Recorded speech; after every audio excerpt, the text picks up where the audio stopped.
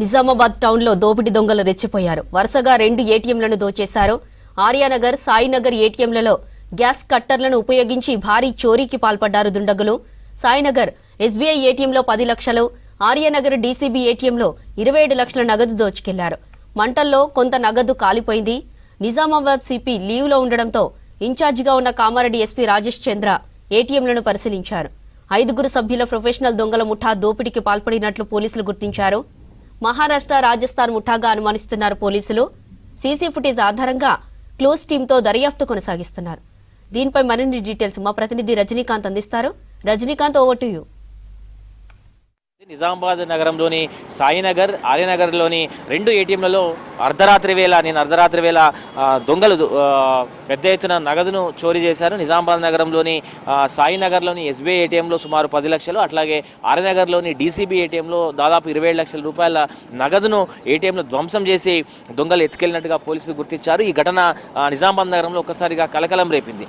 వరుసగా జరుగుతున్నటువంటి చోరీలతో జనమైతే బెంబేలెత్తుతున్నటువంటి పరిస్థితి కనిపిస్తుంది. మనం ప్రస్తుతం నిజామాబాద్ నగరంలోని సాయినగర్ ఎస్బీఐ ఏటీఎం వద్ద ఉన్నాము. ఈ ఎస్బీఐ ఏటీఎంలో నిన్న అర్ధరాత్రి దాదాపు 2:30-3 గంటల ప్రాంతంలో ఈ చోరీ జరిగినట్టుగా పోలీసులు అనుమానిస్తున్నారు. ఈ క్రమంలో ఈ ఎస్బీఐ ఏటీఎంలో షట్టర్లు పగలగొట్టినటువంటి దొంగలు లోపలికి వెళ్ళి గ్యాస్ కట్టర్ ద్వారా ఏటీఎం మిషన్ని ఓపెన్ చేశారు. అందులో ఉన్నటువంటి నగదును దోచుకెళ్లారు. అయితే ఈ క్రమంలో గ్యాస్ కట్టర్లు ఉపయోగించినటువంటి క్రమంలో కొంత నగదు కాలిపోయినట్టుగా కూడా ఏటీఎం మిషన్ పూర్తిగా ధ్వంసమైంది. సో ఈ నేపథ్యంలో కొంత నగదు కాలిపోయినట్టుగా కూడా పోలీసులు, బ్యాంక్ అధికారులు అనుమానిస్తున్నారు. అటు ఆర్యనగర్లోని డీసీఎం ఏదైతుందో డీసీబీ ఏటీఎం ఏదైతుందో అందులో దాదాపు 27 లక్షల రూపాయల నగదు దోచుకెళ్లినట్టుగా బ్యాంక్ అధికారులు చెప్తున్నారు. నిన్న సాయంకాలం 27 లక్షల రూపాయలని ఏటీఎంలో డిపాజిట్ చేసినట్టుగా బ్యాంక్ అధికారులు చెప్తున్నారు. ఎంత నగదు కాలిపోయింది, ఎంత డబ్బుల్ని దొంగలు దోచుకెళ్లారనేటువంటి వివరాలు అయితే కొంత పూర్తి ఇన్వెస్టిగేషన్ జరిగిన తర్వాతనే తెలిసేటువంటి అవకాశం కనిపిస్తుంది. అయితే వరుసగా జరుగుతున్నటువంటి చోరీలతో అయితే జనం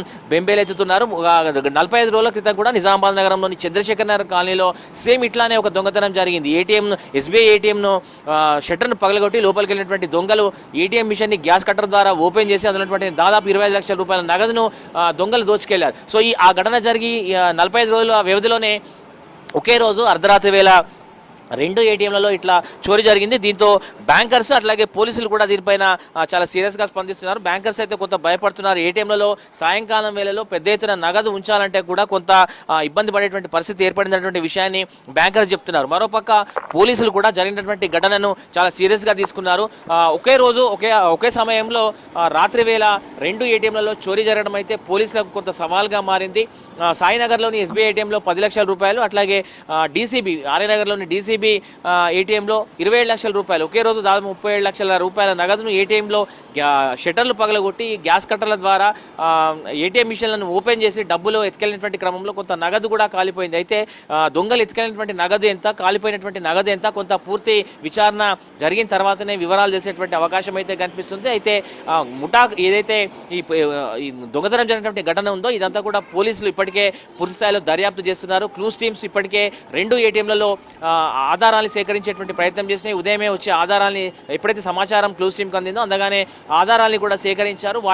వాటిపైన విచారణ కొనసాగుతుందని చెప్తున్నారు పోలీసులు. పోలీస్ డిపార్ట్మెంట్లోని రకరకాల విభాగాలు ప్రస్తుతం ఈ యొక్క ఘటనను ఛేదించేటువంటి ప్రయత్నాన్ని చేస్తున్నాయి. క్లూస్ టీమ్స్ అట్లాగే మిగతా విభాగాలు కూడా ఇందులో ఇన్వాల్వ్ అయినాయి. పూర్తి స్థాయిలో ఈ కేసును వీలైనంత తొందరగా పరిష్కరిస్తామని పోలీసులు చెప్తున్నారు. ఒకవైపు కామారెడ్డి ఎస్పీ రాజేష్ చంద్ర ప్రస్తుతం విధులు నిర్వహిస్తున్నటువంటి ఇన్ఛార్జ్గా ఉన్నారు. సో ఆయన ఉదయమే జరిగినటువంటి ఎక్కడైతే ఘటన జరిగిందో ఆ స్థలాన్ని ఆయన ఇన్వెస్టిగేషన్ చేశారు, విచారణ చేశారు. అక్కడ ఉన్నటువంటి సంబంధిత బ్యాంకర్స్, ఏటీఎం సిబ్బందితో కూడా మాట్లాడినట్టుగా కూడా తెలుస్తుంది. సో ఓవరాల్గా అయితే జరిగినటువంటి ఘటనను పోలీసులు చాలా సీరియస్గా తీసుకున్నారు. అయితే సీసీ కెమెరాల ఆధారంగా ప్రస్తుతం 5 సభ్యుల బృందం ఈ యొక్క 2 ఏటీఎంలలో చోరీకి పాల్పడినట్టుగా పోలీసులు అనుమానిస్తున్నారు.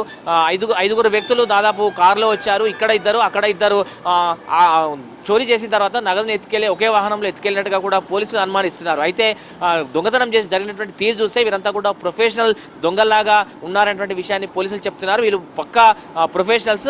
సో వీరంతా కూడా మహారాష్ట్ర, గుజరాత్, రాజస్థాన్ ప్రాంతానికి చెందినటువంటి దొంగలుగా అనుమానిస్తున్నారు. ప్రొఫెషనల్ దొంగలే ఇట్లాంటి పనులు చేస్తారు, ఇంత పర్ఫెక్ట్గా చేయగలుగుతారనేటువంటి విషయాన్ని పోలీసులు ఆఫ్ ది రికార్డులో చెప్తున్నారు. సో మొత్తం మీద ఘటన ఏటీఎంలో జరిగినటువంటి ఏటీఎం చోరీలకు సంబంధించినటువంటి ఘటన మీద పోలీసులు ఉదయం నుంచి కూడా దర్యాప్తు చేస్తున్నారు. అన్ని విభాగాల్ని పోలీస్ డిపార్ట్మెంట్లో పోలీసులు అన్ని విభాగాన్ని ఇందులోకి ఇన్వాల్వ్ చేశారు. ఇప్పటికే క్లూస్ టీమ్స్ ఆధారాలు సేకరించినటువంటి నేపథ్యంలో ఘటనపై పూర్తిస్థాయి దర్యాప్తు అయితే కొనసాగుతుంది. సో దర్యాప్తు పూర్తయిన తర్వాత ఎంత నగదు దోచుకెళ్లారు, ఎంత నగదు కాలిపోయింది, అసలు దొంగతనం చేసిన వ్యక్తులు ఎవరైనటువంటి పూర్తి వివరాలు తెలిసేటువంటి ఒక అవకాశం అయితే కనిపిస్తుంది. కానీ నిజామాబాద్ నగరంలో వరుసగా ఏటీఎంలలో జరుగుతున్నటువంటి చోరీ అయితే నగరవాసులను కొంత భయాందోళన గురి చేసినటువంటి పరిస్థితి ప్రస్తుతం మనకు కనిపిస్తుంది. ఇది ఓవరాల్గా ఏటీఎం చోరీలకు సంబంధించినటువంటి అప్డేట్. కెమెరా పర్సన్ రాజేష్తో రజనీకాంత్, V6 న్యూస్, నిజాం.